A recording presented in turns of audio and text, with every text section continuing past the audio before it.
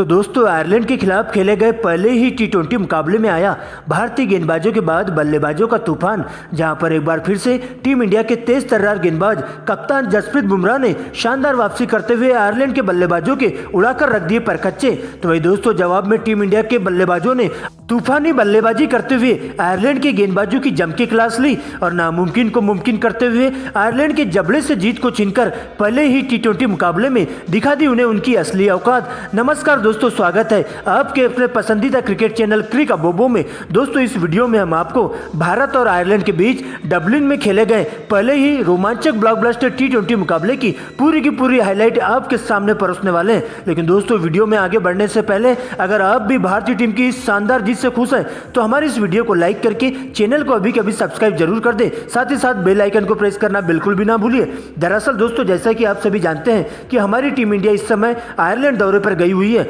जहां पर दोनों टीमों के बीच 3 टी20 मुकाबलों की रोमांचक सीरीज खेली जा रही है। और इस आयरलैंड दौरे पर टीम इंडिया की कप्तानी का दारोमदार तेज तर्रार गेंदबाज जसप्रीत बुमराह के कंधों पर सौंपा गया। तो वही दोस्तों आयरलैंड के लिए कप्तानी करते हुए देखे गए विस्फोटक बल्लेबाज पॉल स्टर्लिंग। दोस्तों इसके बाद शाम 7 बजे से मुकाबले में टॉस किया जाता है, सिक्का उछाला जाता है और सीधा आयरलैंड के कप्तान पॉल स्टर्लिंग के पक्ष में जाकर गिरता है, जहां पर दोस्तों टॉस जीतकर स्टर्लिंग पहले बल्लेबाजी करने का फैसला करते हैं। तो वही दोस्तों भारतीय टीम को पहले क्षेत्र रक्षण करने का न्योता दिया जाता है। दोस्तों जहां पर टीम इंडिया ने इस मुकाबले के लिए 2 नए बड़े बदलाव करते हुए रिंकू सिंह और प्रसिद्धि कृष्णा को डेब्यू करने का मौका दिया। दोस्तों इसके बाद आयरलैंड की ओर से पारी की शुरुआत करने टीम के 2 दिग्गज तूफानी ओपनर बल्लेबाज कप्तान पॉल स्टर्लिंग और एंड्रयू बलबर्नी मैदान पर आते हैं, जिनके कंधों पर टीम को ठोस शुरुआत देने की जिम्मेदारी होती है। तो वही दोस्तों भारतीय पारी के लिए पहले ओवर की गेंदबाजी करने विकेट टेकर तेज गेंदबाज अर्शदीप मैदान पर आते हैं, जिनका सामना होता है विस्फोटक बल्लेबाज बलबर्नी से।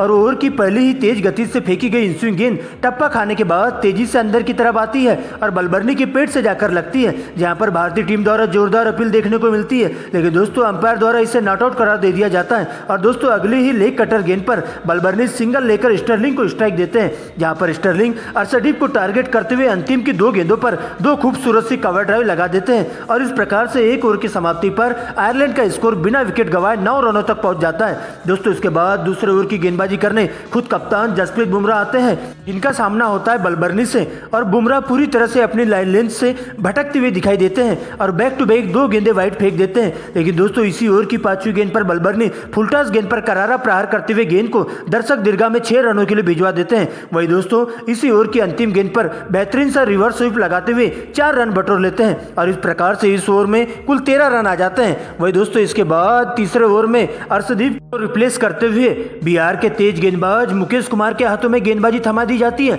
जहां पर एक बार फिर से स्टर्लिंग का विकराल रूप देखने को मिलता है और पहले ही पटकी हुई बाउंसर गेंद को स्टर्लिंग लॉन्ग ऑन की दिशा में जोरदार छक्का लगाते हुए शानदार तरीके से स्वागत करते हैं। तो वही दोस्तों इसी ओवर की अंतिम फुलटॉस गेंद पर करारा प्रहार करते हुए गेंद को सीधा दर्शक दीर्घा में भिजवा देते हैं और इस तरह से दोनों ही सलामी बल्लेबाज आगे भी अपना खेल जारी रखते हैं और टीम के स्कोर को आगे बढ़ाने का काम करते हुए चले जाते हैं और ताबड़तोड़ अंदाज में बल्लेबाजी कर अच्छी गेंदों को छोड़ते हुए खराब गेंदों पर बड़ा हिट मारना चालू कर देते हैं। और देखते ही देखते पावर प्ले के खेल में आयरलैंड की टीम बिना विकेट गंवाए स्कोर बोर्ड पर 66 रन बना लेती है। लेकिन दोस्तों इसके बाद 7वें ओवर में स्पिन के जादूगर रवि बिश्नोई आयरलैंड पर पूरी तरह से काल बनकर टूटते हैं और आते ही दोनों ही ओपनर बल्लेबाजों को आउट कर एक ही ओवर में उन्हें बैकफुट पर ढकेल देते हैं, जहां पर रवि बिश्नोई 7वें ओवर की दूसरी गेंद पर टीम इंडिया के लिए खतरा बन रहे कप्तान स्टर्लिंग को सीमा रेखा के पास 36 रनों के निजी स्कोर पर कैच आउट करवा देते हैं। जिसके बाद दोस्तों बलबर्नी का साथ देने मार्क अडायर मैदान पर आते हैं और सिंगल लेकर बलबर्नी को स्ट्राइक दे देते हैं, जहां पर इसी ओवर की अंतिम गेंद पर रिवर्स स्वीप मारने के चक्कर में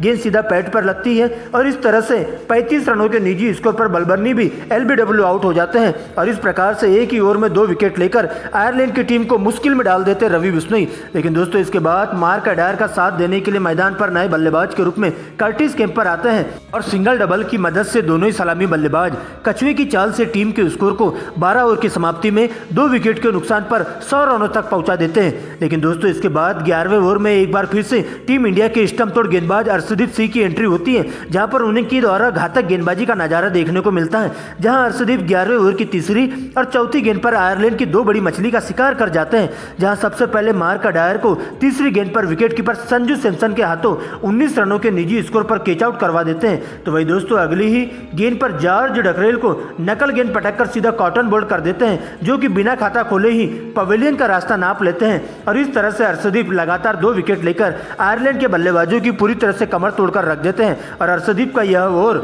2 विकेट के साथ साथ मेडन चला जाता है। लेकिन दोस्तों दूसरे ओवर से कर्टिस केम्पर अंगद की तरह डटे हुए रहते हैं और अब उनका साथ देने नए बल्लेबाज के रूप में हैरी टेक्टर मैदान पर आते हैं और लगातार स्ट्राइक रोटेट करते हुए दोनों ही सलामी बल्लेबाज भारतीय तेज गेंदबाजों के साथ ही स्पिन गेंदबाजों का भी डटकर मुकाबला करना शुरू कर देते हैं और ताबड़तोड़ अंदाज में बल्लेबाजी करते हुए इस प्रकार से 18 ओवर की समाप्ति पर टीम का स्कोर को 4 विकेट के नुकसान पर 165 रनों तक पहुंचा देते हैं। लेकिन दोस्तों इसके बाद 19वें ओवर में एक बार फिर से मुकेश कुमार को टारगेट करते हुए पहली ही गेंद पर केम्पर के द्वारा 108 मीटर का जोरदार छक्का लगाकर मात्र 35 गेंदों में ही अपना 50 पूरा कर लेते हैं और आगे भी एक छक्का और 2 चौकों की मदद से इसी ओवर में 20 रन कूट देते हैं। तो वही दोस्तों अंतिम ओवर में जसप्रीत बुमराह को टारगेट करते हुए टेक्टर के द्वारा 4 लगातार back to back fine leg की दिशा में 4 चौके जड़ दिए जाते हैं और इस तरह से बुमराह के इस ओवर में कुल मिलाकर 16 रन बटोर लेते हैं और इस प्रकार से आयरलैंड की टीम पूरे 20 ओवर के खेल में 4 विकेट के नुकसान पर स्कोर बोर्ड पर 201 रन बना लेती है और अब टीम इंडिया को जीत के लिए 202 रनों का विशाल टारगेट दे दिया जाता है। दोस्तों इसके बाद भारतीय पारी का आगाज करने के लिए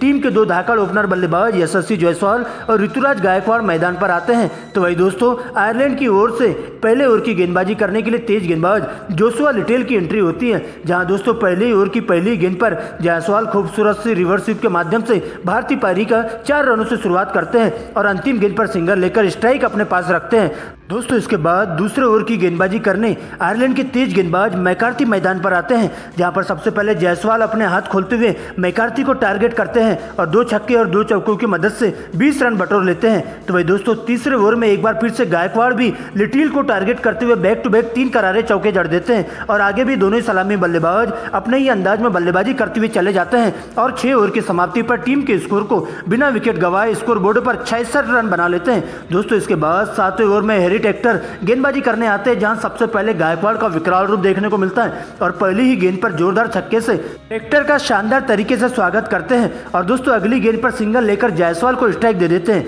जहां पर यशस्वी जायसवाल 5वीं गेंद पर रिवर्स स्वीप की मदद से 4 रन जड़ देते हैं। लेकिन दोस्तों अंतिम गेंद पर बढ़कर मारने के चक्कर में 34 रनों के निजी स्कोर पर स्टंपिंग हो जाते हैं और इस तरह से टीम इंडिया को 73 रनों के स्कोर पर पहला बड़ा झटका लग जाता है। दोस्तों इसके बाद गायकवाड़ का साथ देने तिलक वर्मा मैदान पर आते हैं, लेकिन दोस्तों अगली ही गेंद पर जल्दबाजी के चक्कर में गायकवाड़ भी 29 रनों के निजी स्कोर पर रन आउट हो जाते हैं और इस प्रकार से एक ओवर में 2 विकेट गिरने से टीम इंडिया मुश्किल में आ जाती है। दोस्तों अब तिलक वर्मा का साथ देने मैदान पर सलामी बल्लेबाज विकेट कीपर संजू सैमसन आते हैं, जहां पर सिंगल डबल की मदद से संभल कर खेलते हुए और कोई विकेट गंवाए बिना 10 ओवर के खेल में टीम के स्कोर को 82 रनों तक पहुंचा देते 2 विकेट के नुकसान पर। लेकिन दोस्तों इसके बाद 11वें ओवर की गेंदबाजी करने एक बार फिर से हैरी टेकर मैदान पर आते हैं, जहां पर संजू सैमसन अपने ही अंदाज में खेल खेलते हुए चले जाते हैं और 2 लगातार छक्के और अंतिम गेंद पर 1 बाउंस चौका लगा देते हैं। तो वही दोस्तों 12वें ओवर में लिटिल को टारगेट करते हुए तिलक वर्मा 3 लगातार छक्कों की मदद से मात्र 24 गेंदों में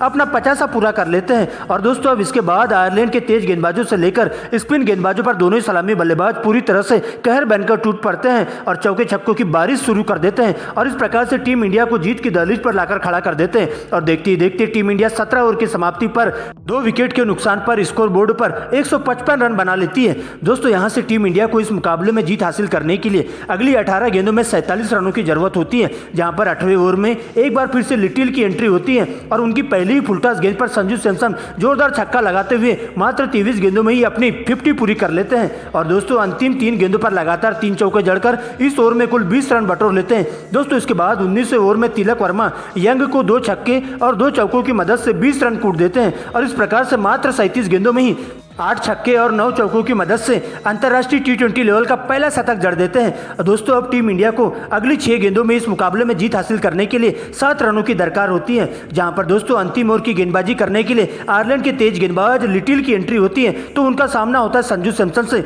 जहां पहली 4 गेंदों पर यार्कर लाइन की गेंद पटककर संजू सैमसन को बिल्कुल भी हाथ खोलने का मौका नहीं देते। लेकिन दोस्तों इसके बाद सर पर कफन बांधकर आए संजू सैमसन अंतिम की 2 गेंदों पर 2 करारे चौके जड़ देते हैं और इस रोमांचक मुकाबले में टीम इंडिया को 8 विकेट से जीत हासिल करवा देते हैं और इस प्रकार से 3 T20 मुकाबलों की सीरीज में टीम इंडिया 1-0 की अजय बढ़त बना लेती है।